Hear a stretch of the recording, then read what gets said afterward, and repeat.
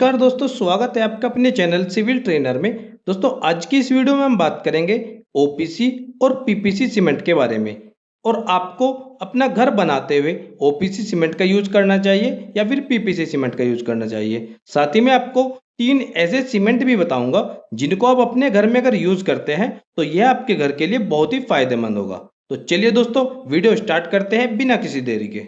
तो साथियों, सबसे पहले मैं आपको बता देना चाहता हूं कि सीमेंट हमारे दो टाइप के होते हैं। एक होता है ओपीसी यानी कि ऑर्डिनरी पोर्टलैंड सीमेंट, दूसरा पीपीसी पोर्टलैंड पोलोजाना सीमेंट।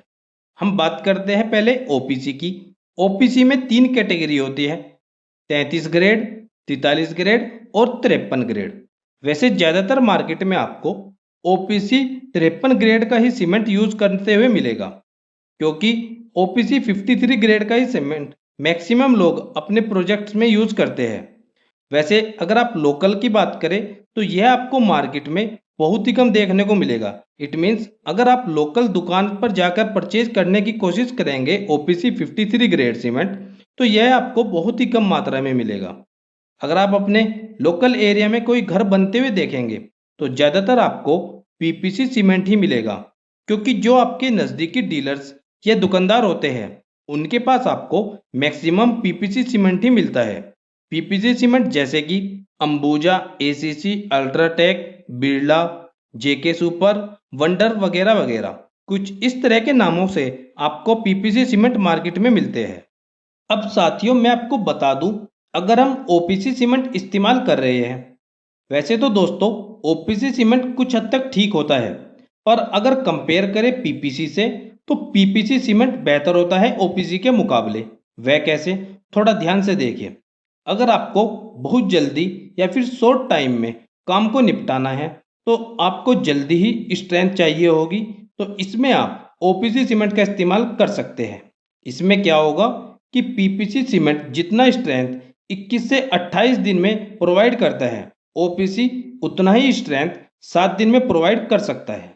तो ऐसी कंडीशन में आप 7 से 8 दिन के बाद भी शटरिंग को रिमूव कर सकते हैं, यानी कि आप अपने छत की शटरिंग को खोल सकते हैं। वहीं हम लोग अगर पीपीसी सीमेंट की बात करें और पीपीसी में अगर हमने छत की ढलाई की है तो फिर हमें शटरिंग कम से कम 15 से 20 दिनों के बाद ही खोलनी होगी।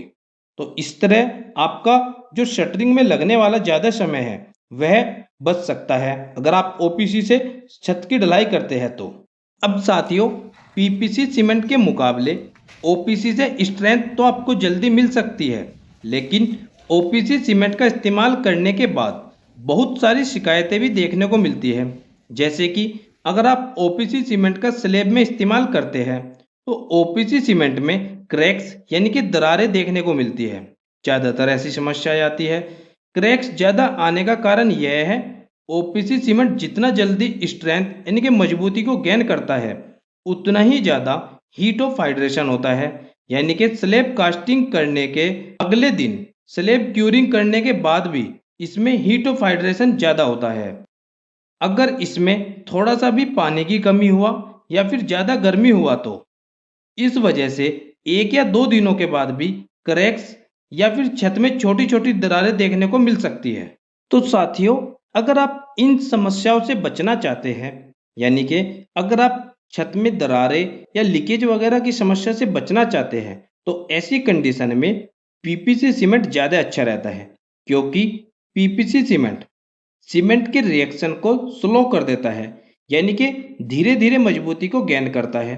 और कंक्रीट मिक्स, अगर आप मसाला बना रहे हैं स्लैब कास्टिंग करते हुए, आपको ध्यान रखना है कि उसमें आपको प्रॉपर अच्छी तरह से वाइब्रेटर और पानी का यूज़ करना होगा। बेहतर होगा कि स्लैब कास्टिंग के समय आप किसी सिविल इंजीनियर या फिर किसी एक्सपर्ट की विजिट अवश्य कराएं। दोस्तों, मसाला बनाते हुए यानी कि कंक्रीट बनाते हुए आपको यह ध्यान रखना है या कंक्रीट जो आपका रहेगा वह ना तो ज़्यादा पतला हो और न ही बहुत ज़्यादा टाइट हो।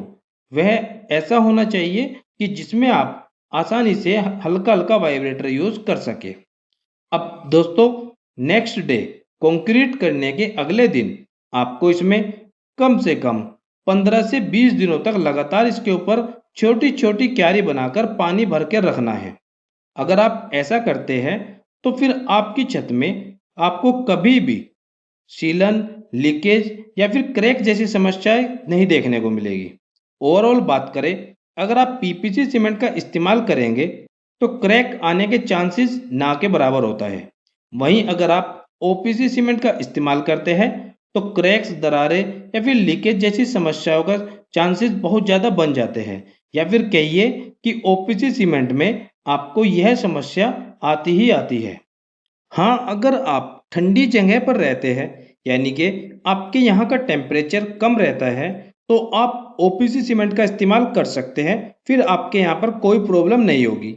लेकिन अगर आप गर्म जगह पर रहते हैं, आपके यहाँ का टेम्परेचर ज़्यादा रहता है, तो फिर आपको पीपीसी सीमेंट का इस्तेमाल करना चाहिए। अब बात करते हैं कि घर बनाते हुए आपको पीपीसी सीमेंट का ही इस्तेमाल क्यों करना चाहिए।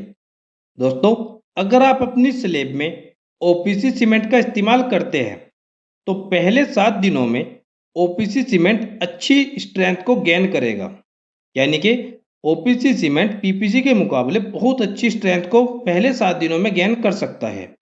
वहीं पीपीसी सीमेंट का अगर इस्तेमाल करते हैं तो पीपीसी धीरे धीरे स्ट्रेंथ को गेन करेगा।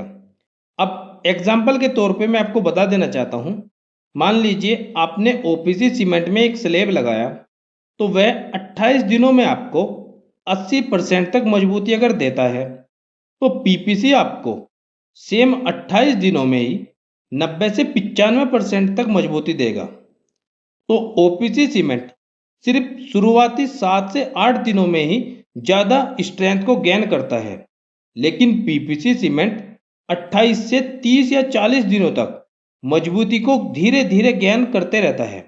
तो ओवरऑल देखा जाए तो 30 से 40 दिनों में ओपीसी से ज़्यादा मजबूती पीपीसी सीमेंट आपको देगा। और सबसे अच्छी बात यह है कि आपको पीपीसी सीमेंट मार्केट में बहुत इजीली अवेलेबल भी होता है। साथियों, थोड़ा शॉर्ट में आपको बता देना चाहता हूँ कि ओपीसी और पीपीसी सीमेंट में क्या क्या रॉ मटेरियल यूज करके इनको बनाया जाता है। पहले बात करते हैं ओपीसी सीमेंट की। तो ओपीसी सीमेंट को बनाने के लिए क्लिंकर, लाइम, सिलिका, आयरन, इन सभी रॉ मटेरियल का यूज करके इसको बनाया जाता है।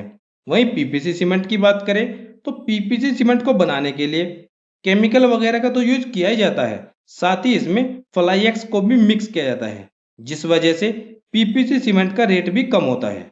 अब मोस्ट इम्पोर्टेंट और लास्ट में हम बात करते हैं कि छत ढलाई में हमें कौन सा सीमेंट इस्तेमाल करना चाहिए। जैसे कि मैंने आपको बोला था कि मैं आपको 3 सीमेंट सजेस्ट करूंगा।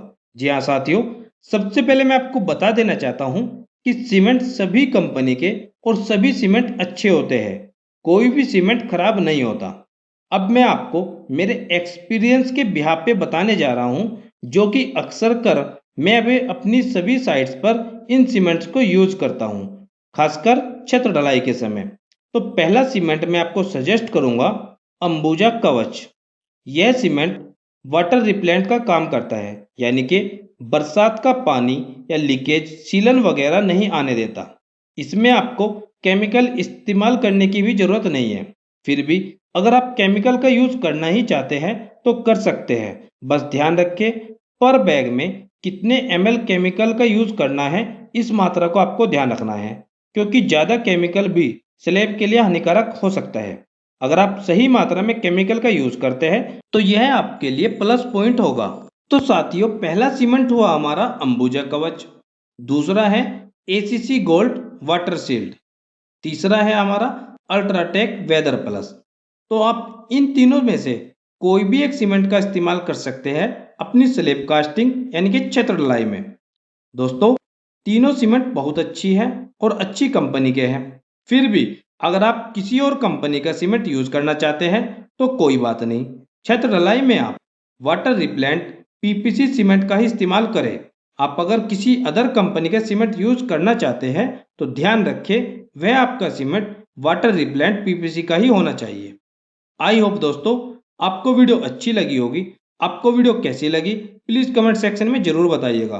दोस्तों, जाते जाते अगर आप चैनल पर नए हैं तो प्लीज चैनल को सब्सक्राइब और बेल आइकन को प्रेस करना मत भूलिएगा, ताकि मेरी आने वाली और भी अच्छी अच्छी वीडियो की नोटिफिकेशन आप तक पहुंचती रहे। मिलते हैं दोस्तों एक और नई वीडियो में, एक और नई वीडियो लेक्चर के साथ। तब तक दोस्तों आप सबको मेरा नमस्कार। और वीडियो में अंत तक बने रहने के लिए आपका बहुत बहुत धन्यवाद।